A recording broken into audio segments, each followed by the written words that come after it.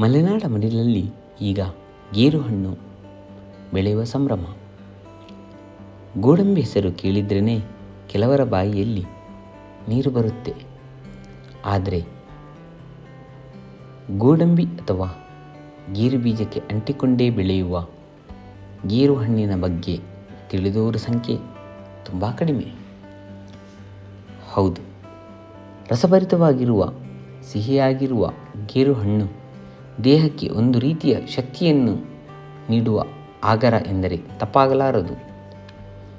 ಯಥೇಚ್ಛವಾಗಿ protein, vitamin, minerals, calcium, ಕಬ್ಬಿನಾಂಶ, zinc, ಮ್ಯಾಗ್ನೀಸ್ ಹೀಗೆ ಹಲವು ಬಗೆಯ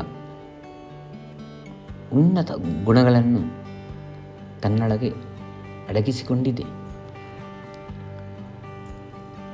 ಮಾರುಕಟ್ಟೆಯಲ್ಲಿ ಬೇಡಿಕೆಯ ಪದಾರ್ಥವಾಗಿರುವ ಗೇರು ಬೀಜವನ್ನು ಕೊಯ್ದು ಹಣ್ಣನ್ನು ಬಿಸಾಕುವವರಿದ್ದಾರೆ.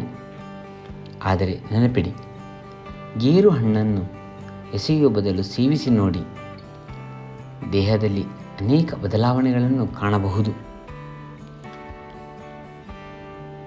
ಗೇರು ಹಣ್ಣಿನಲ್ಲಿರುವ ಜಿಂಕ್ ಮತ್ತು ಹಲವು ವಿಟಮಿನ್ಗಳು ದೇಹದಲ್ಲಿ ರೋಗ ನಿರೋಧಕ ಶಕ್ತಿಯನ್ನು ಹೆಚ್ಚಿಸಲು ಸಹಾಯ ಮಾಡುತ್ತದೆ. ಗೇರು ಹಣ್ಣು ಸಮೃದ್ಧವಾಗಿರುವ ಕಬ್ಬಿಣಾಂಶವು ದೇಹದಲ್ಲಿ ಅನಿಮಿಯಾ ಸಮಸ್ಯೆಯನ್ನು ನಿವಾರಿಸಲು ಸಹಾಯ ಮಾಡುತ್ತದೆ. ಇದಕ್ಕೆ ಗೇರು ಹಣ್ಣು ಉತ್ತಮ ಆಹಾರವಾಗಿದೆ. ಗೇರು ಹಣ್ಣಿನ ಜ್ಯೂಸ್ ಕೂಡ ಮಾಡಿ ನೀವು ಸೇವಿಸಬಹುದಾಗಿದೆ. ಯಾವುದೇ ಕಲರ್ ಮತ್ತು ಎಸೆನ್ಸ್ ಬಳಸದೆ ತಯಾರಿಸಿರುವ ಪ್ರಕೃತಿ ಫುಡ್ಸ್ ಗೇರು ಹಣ್ಣಿನ ಜ್ಯೂಸ್ ಬೇಕಾದಲ್ಲಿ ಸಂಪರ್ಕಿಸಿ. ನಿಮ್ಮ ಮನೆ ಬಾಗಿಲಿಗೆ ತಲುಪಿಸುವ ವ್ಯವಸ್ಥೆ ಇದೆ. ಧನ್ಯವಾದಗಳು.